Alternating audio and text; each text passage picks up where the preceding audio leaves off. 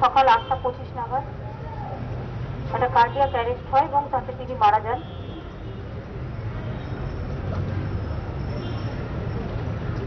ওনার মৃত্যু আমি মনে করি বিশ্ব বাংলায়, বিশ্বের চলচ্চিত্র জগতে এবং বিশ্ব বাংলায় মহানায়িকার এই যে চলে যাওয়া, এটা আমাদের কাছে একটা বড় দুঃসংবাদ, এক বড় মহিরুহ পতন হয়ে গেল। হয়তো বিশ্বে বা জগতে এরকম প্রতিভা বড়জোর একটাই জন্মায়, কেউ কারো বিকল্প হয় না। কাজে আজকে দিনটা আমাদের কাছে খুবই দুঃখের, শোকের, এবং জীবনের কোনো একটা কিছু আমরা হারিয়ে ফেলেছি, এটা আমাদের মনে ভীষণভাবে আমাদের হৃদয়কে ভেঙে চুরমার করে দিচ্ছে। এই কটা দিন অনেক কাছ থেকে দেখার সুযোগ আমাদের হয়েছে। যারা চিকিৎসকরা আছেন তারা নিজেরাও কাল থেকে ভেঙে পড়েছিলেন, কারণ উনি ভেন্টিলেশনটা চাননি, আপনারা সবাই জানেন। শান্তিপূর্ণভাবে নিজেকে আড়াল করে রেখেছিলেন বহুদিন এবং নিজেকে চেয়েছিলেন শান্তিপূর্ণভাবে পৃথিবী থেকে আস্তে আস্তে শান্তিতে সমাহিত হতে।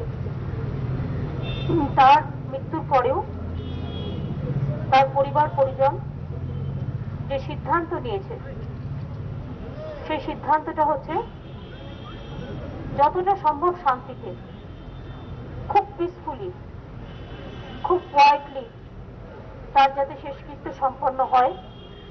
তারা আমাকে অনুরোধ জানিয়েছেন, আপনাদের কাছে অনুরোধটা জানাতে, যাতে কোনো রকম কোনো একটু যেন চিল্লামিল্লি বা চিৎকার বা চেঁচামেচি, যেটা উনি পছন্দ করতেন না, আমরা সবাই মিলে যেন খুব শান্তিপূর্ণভাবে তার শেষ কাজটা করতে পারি।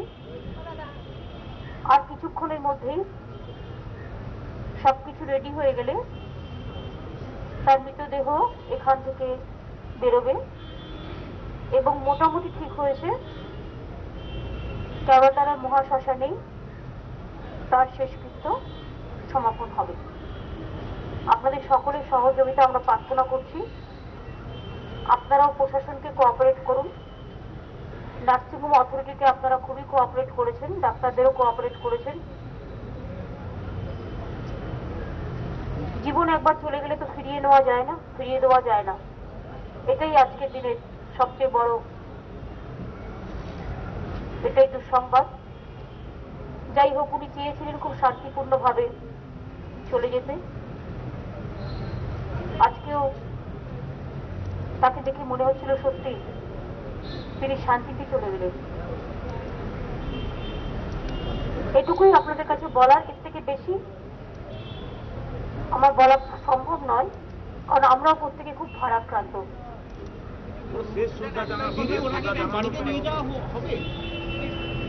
দীর্ঘদিন লোকচক্ষুর অন্তরালে ছিলেন, আপনি ব্যক্তিগতভাবে শেষ সময় তার সঙ্গে দেখা করেন, একটু যদি সেই অভিজ্ঞতাটা, আপনার ব্যক্তিগত অভিজ্ঞতাটা একটু বলেন।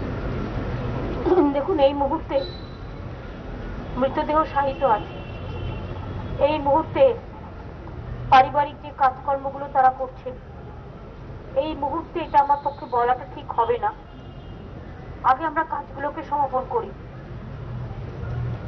আমি আপনাদের কাছে আবেদন জানাবো, let us wait for that.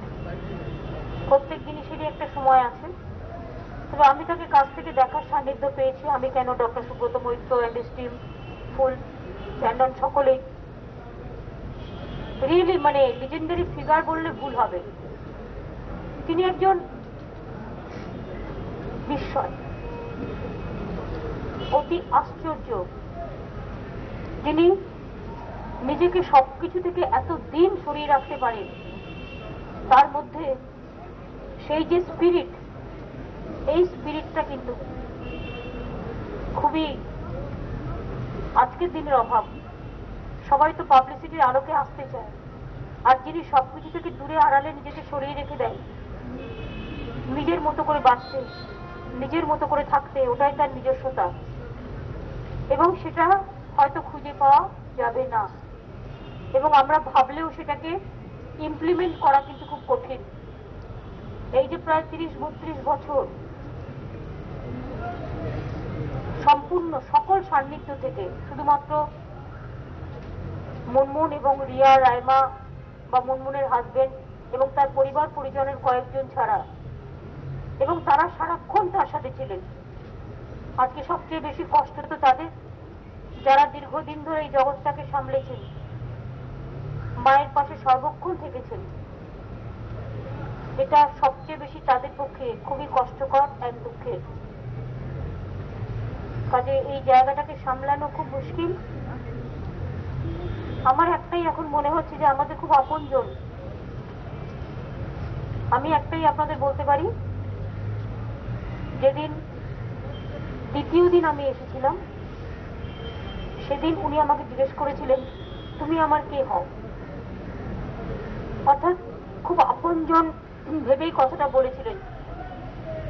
এবং তিনি যেদিন, ইভেন গতকালও আমরা দেখেছি, তিনি পুরো সেন্সে ছিলেন, সবাইকে রেকগনাইজ করতে পারছেন, বুঝতে পারছেন, মানে সম্পূর্ণভাবে নিজে জ্ঞানে ছিলেন।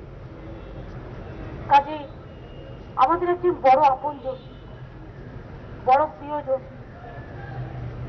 এবং বিশ্ব বাংলার এক বিশ্ববন্দিত নারী, বিস্ময় নারী, যাকে আমরা হারিয়েছি। আমরা তার আত্মার শান্তি কামনা করি। আমরা রাজ্য সরকারের পক্ষ থেকেও গান চলেছ, কারণ তিনি আমাদের তিনি কোনো পুরস্কার কখনো অ্যাকসেপ্ট করেন, দাদা ফালকে থেকে শুরু করে। কিন্তু বঙ্গবিভূষণ যখন আমি বলেছিলাম প্রথমবার এসে, আমরা মুনমুনকে পাঠিয়েছিলাম। বরাবরই একটা স্নেহ ভালোবাসা নিশ্চয়ই ছিল। কাজে শুধু বঙ্গবিভূষণ না, উনি তার অনেক অনেক ঊর্ধ্বে। কিন্তু এইটুকু দিতে পারলে আমরা সম্মানিত বোধ করব। এইটুকুই আপনাদের কাছে বল। দেখুন, এটা ওনাদের পারিবারিক সিদ্ধান্ত। মানুষ লক্ষ লক্ষ কোটি কোটি মানুষ, ওনার ফলোয়ার্স আছে সারা ভারতবর্ষ নয়, সারা পৃথিবী জুড়ে। কিন্তু যেহেতু ওনাদের পারিবারিক সিদ্ধান্ত, শান্তিপূর্ণভাবে যত তাড়াতাড়ি সম্ভব কাজগুলোকে সমাপন করা, আমার মনে হয় আমাদের সকলকে পরিবারের পাশে দাঁড়িয়ে পরিবার যা চাইবে সেটাকে করা উচিত। এটা নিয়ে কোনো সেন্টিমেন্ট নেওয়ার কোনো প্রয়োজন নেই, এবং এটা আমরা কেউ সিদ্ধান্ত নেব না। সিদ্ধান্ত তাদের পরিবার যেটা নেবেন সেটাকেই আমরা সম্মান জানাবো। আপনাদেরও সকলকে বলবো, please bear with the family. Thank you.